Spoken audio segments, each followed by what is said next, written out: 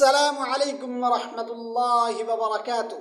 کیسے ہیں دوستو احباب؟ خیریت اور عافیت کے ساتھ ہوں گے۔ آج میں آپ حضرات کو ایک اہم پہلو کی طرف متوجہ کرنا چاہتا ہوں، وہ حسد ہے۔ حسد میرے ساتھ بھی، آپ کے ساتھ بھی، ہر ایک کے ساتھ ہو سکتا ہے۔ اب حسد کس وجہ سے ہوتا ہے اور حسد کون کرتا ہے؟ حسد کیوں کرتا ہے اور حسد کے نتائج کیا ہیں؟ ایک تو حسد جو کرنے والا ہے اس کو نقصان ہے۔ حسد کرنے والے کی نیکیاں ایسے ضائع ہو جاتی ہیں جیسے آگ سوکھی لکڑی کو کھا جاتی ہے۔ لیکن جس پر حسد کیا جاتا ہے اس کو بھی حاسدین سے بچ کے رہنا چاہیے۔ اس کے اندر ایک آگ ہوتی ہے، اس آگ کے اثرات سامنے والے پر پڑتے ہیں جس سے اس کا نقصان ہو جاتا ہے۔